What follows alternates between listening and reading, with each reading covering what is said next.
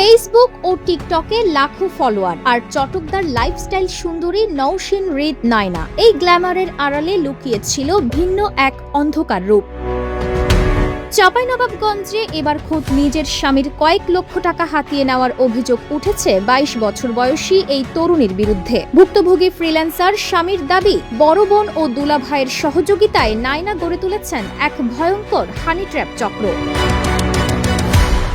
রাজশাহীর মহানগরীর কুমারপাড়ার বাসিন্দা টিকটকার নওশিন রিত নায়না প্রেমের সম্পর্কের পর ফ্রিল্যান্সার সালমান হোসেন আতরের সাথে বিবাহ বন্ধনে আবদ্ধ হয়েছেন তিনি। তবে বিয়ের পর থেকেই শুরু হয় ব্ল্যাকমেইল, কখনো ডিভোর্সের হুমকি, আবার কখনো মামলার ভয় দেখিয়ে দফায় দফায় হাতিয়ে নেওয়া হয় বিপুল পরিমাণ টাকা, স্বর্ণালংকার এবং দামি মোবাইল ফোন। নায়নার বড় বোন আর তার জামাই এই পুরো চক্রটি নিয়ন্ত্রণ করে। সোমবার দুপুরে চাঁপাইনবাবগঞ্জ শহরের বাতেনখার মোড়ের একটি অফিসে সংবাদ সম্মেলন করে এমন অভিযোগ করেছেন ভুক্তভোগী ফ্রিল্যান্সার সালমান হোসেন আতর। সংবাদ সম্মেলনে আতর আরো অভিযোগ করে বলেছেন, পারিবারিকভাবে বিয়ের পর সংসার কিছুদিন ভালোই চলছিল, কিন্তু হঠাৎ করেই নায়নার বোন নীলা ও তার দুলাভাই আরেফিন তাকে নিয়ে নানা রকম ষড়যন্ত্রের ফাঁদ পাতেন। তিনি আরো বলেছেন, ঢাকায় বাড়ি ভাড়া নেওয়া, নায়নার নামে ফ্ল্যাট রেজিস্ট্রি, ২০ ভরি স্বর্ণালংকার এবং তার আয়ের পুরো টাকাটি দেওয়ার জন্য চাপ দেয় এই চক্রটি। এই অন্যায্য দাবিতে রাজি না হওয়াতে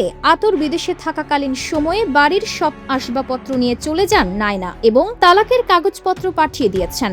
স্ত্রীকে ফেরত পাওয়ার পাশাপাশি তার বোন ও দুলাভাইয়ের বিরুদ্ধে কঠোর ব্যবস্থার দাবি জানিয়েছেন এই ফ্রিল্যান্সার। এদিকে অভিযুক্ত টিকটকার ও তার পরিবারের সাথে যোগাযোগের চেষ্টা করা হলেও তাদের কোনো বক্তব্য এখনো পর্যন্ত পাওয়া যায়নি। প্রতারণার এই জাল কত দূর বিস্তৃত তা খতিয়ে দেখে আইনি ব্যবস্থা নেওয়ার জোর দাবি ভুক্তভোগীর। সোশ্যাল মিডিয়ার চটকদার রূপের আড়ালে পারিবারিক কলহ এবং অর্থ হাতিয়ে নেওয়ার এই ঘটনা এখন আদালত পর্যন্ত গড়িয়েছে। ভুক্তভোগীর স্বামী আইনি লড়াইয়ের মাধ্যমে এর সুষ্ঠু বিচার এবং নিজের স্ত্রীকে ফেরত পাওয়ার আশা করছেন।